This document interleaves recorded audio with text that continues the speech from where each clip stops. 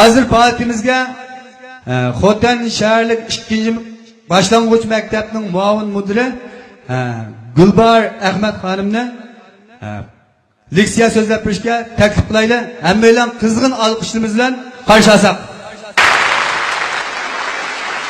Assalomu alaykum hurmatli rahbarlar. Mehribon ota-onalar, Qarqashnaylik 3-chi o'rta maktabdagi barliq qadrdon o'qituvchi ustozlar, suyimli saboqdoshlar, yaxshimisizlar?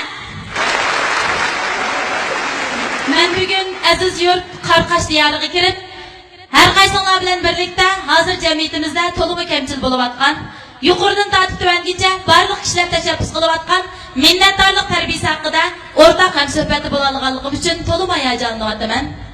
Chunki men bu yerda o'tirayotgan barliq o'qituvchi ustozlarga o'xshash bizning ma'rif ishlarimizni qizg'in so'yman. Shundaqla men izchil ma'rif xizmatini odimiylik orqali odimiylik yetildirilgan, ruh orqali ruh yaratadigan ulug' xizmat deb qarayman. Bugungi faoliyatimiz kelgan barliq ota-onalar, oldi bilan men sizlarga rahmatimni bildiraman. Sizlarning menga bir fursat berib, men bilan birlikda farzand tarbiyasi haqida o'rtaq hamsuhbatda bo'lganligingizga rahmat aytaman. Shundaqla sizlarning balanglarga bir fursat berib, balanglarni o'zinglar bilan sirdishish imkoniyatiga ega qilganligingizga rahmat aytaman.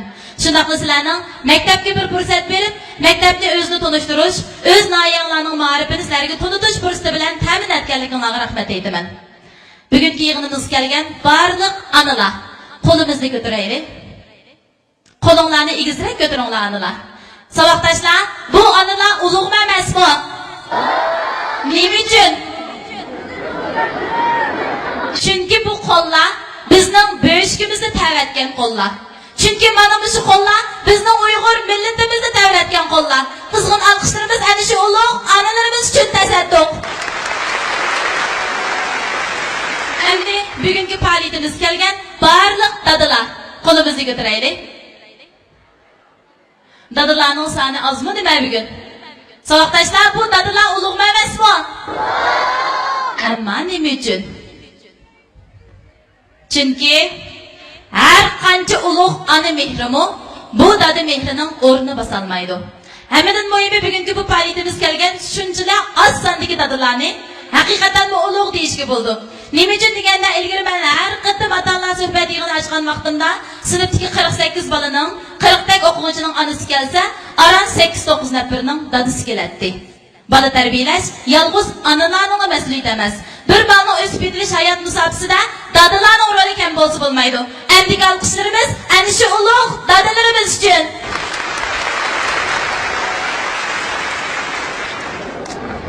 Endi men saboqdoshlardan so'rab baqay. Hozir bizning jamiyatimiz nima uchun minnatdorlik tarbiyasiga muhtoj bo'lib qoldi? Tam bilmaymiz. Sizlarga deb beray. Iqtisodning yuqori ko'tarilishi, turmush farovonligimizning jo'sh urib rivojlanishiga ergishib, hozir jamiyatimizda bir qism odamlar bag'an siri vijdonni yo'qotib qo'yibdi. Saboqdoshlar, sizlarning vijdoninglar bormi yo'q? Vijdoninglarni tutib ben görüp bakay. Tutqulu olmaydı şundanmı?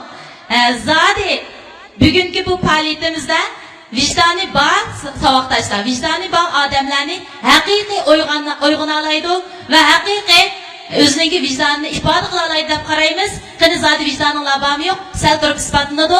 Xo'sh, endi naqibimiz kelsak, atrofimiz qaraydigan bo'lsak, jamiyatning taraqqiy qilishiga ergishib, bir-biridan egiz binolar qad ko'tarilishga boshladi. Bir-biridan keng asfalt yo'llar yasalishga boshladi. Shuningga ergishib, bizning xizmat, turmush, o'rganish ritmimizmi bag'an siri tezishib ketdi.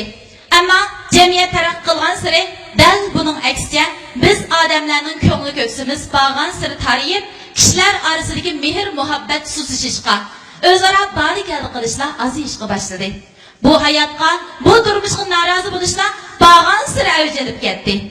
Dal shunday sharoitda qalblarni mehr muhabbat suvlari bilan sug'urib, ko'ngillarga minnatdorlik urug'larini chechib, hayotimizda yangidan yangi ma'nolarga ega qilish. Bo'libmi millatimizning kelgusi izbosardiri bo'lgan sizlardek yosh avlodlarning minnatdorlik his tuyg'usini haqiqiy avj oldirish hozirgi davrning jiddiy ehtiyoji va zarur talabi bo'lib qoldi. Shu munosabat bilan biz bu yerda o'tiribmiz. Endi saboqdoshlardan yana bir savol so'rayman. Saboqdoshlarning orasida tirishib ugunib kelgusida